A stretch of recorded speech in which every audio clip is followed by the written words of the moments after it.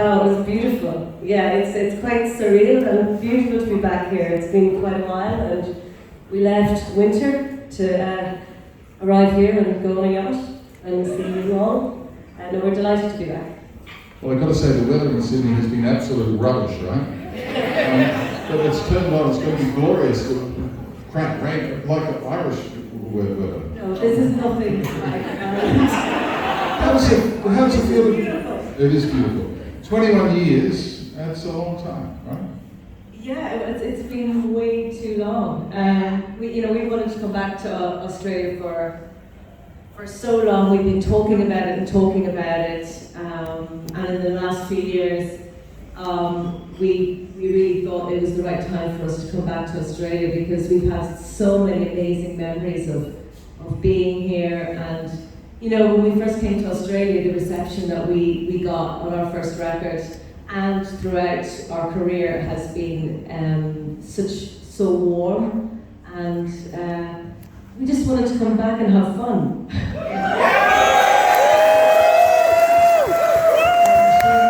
Aussie audiences have always loved you. I mean, we think we've got pretty good taste, right? Is it as simple as that? The best. Well, I think we have to agree, but I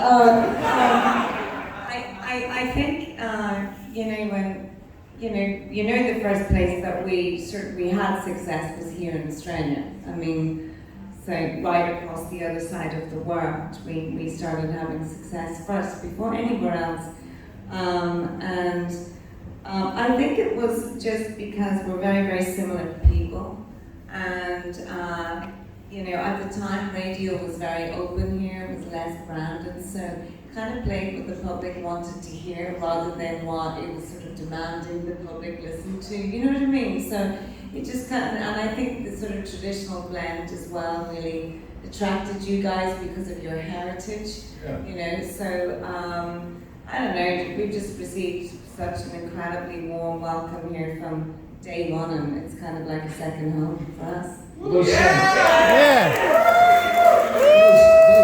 hits, and you have a lot of them, still get played on the radio, right? We hear them all the time. So Jim, tell us about getting the band back together, getting the family, because you live in Dublin, yeah.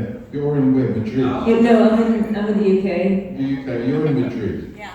And you're in Ireland, sorry. I'm in Ireland, yeah. They're all in Sydney now, which is good. So what did it take to get everybody back together to prepare for this?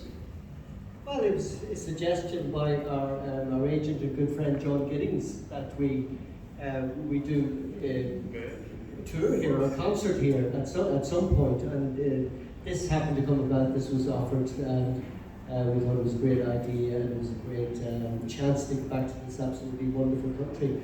So here we are.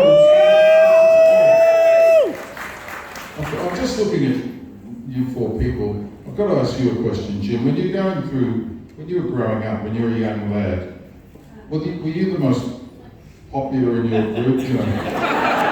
Of course! Jim's place. You know what I'm saying? Did you hear a bit of that? I suppose there was a little bit of that, but I was a protective brother. Some things never change. Hey, so what's it?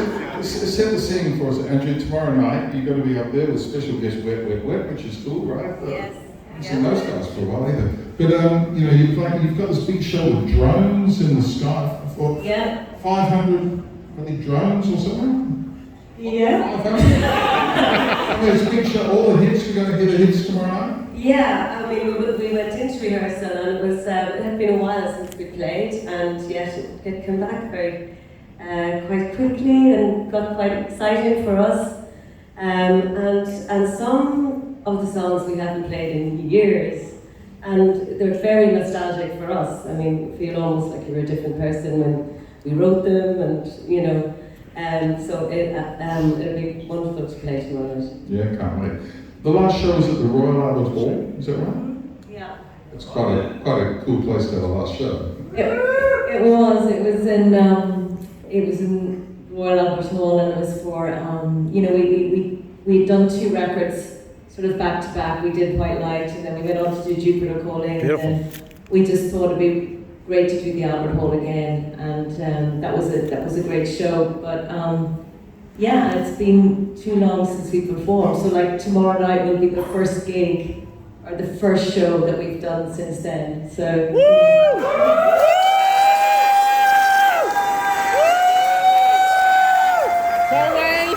Can't wait! You lot have just come straight from the grand final. Hey, so Sharon, what was it like when you went into rehearsals and you started singing together? Because your voices, it was in the Bee Gees documentary actually, they said that the sound of siblings singing together is an instrument that money can't buy. Which I love that quote, and it's true, isn't it? Yeah, it is something really special.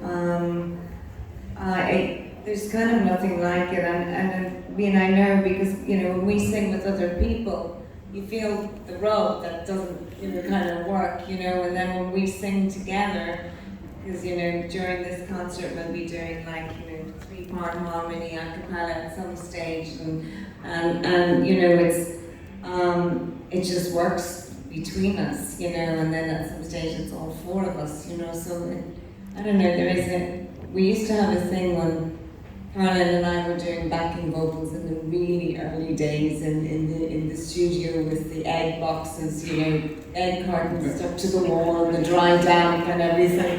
And Caroline and I were so close vocally that the more voices we put on, the smaller it got. And Jim was like, back as Jim was recording us back then, and he was kind of baffled by this. How is the texture getting smaller? Surely it should get bigger. But it was actually we were phasing. If you understand what I mean. No frontiers. We were really sitting right on top of each other vocally. So what we had to do was to learn was to be slightly out of time with each other, and then you made the vocals bigger. What you're trying to say is it was just all too perfect. That's it. Probably a little bit too perfect. Well, it sounds pretty perfect to me. I mean, your voice is just. Do they, Jim, when you were observing, do they just click together suddenly, instantly? Absolutely. It's quite a strange, beautiful thing. When the girls harmonise together, it's gorgeous to listen to. Yeah. I don't know. That's a yes, ladies and gentlemen.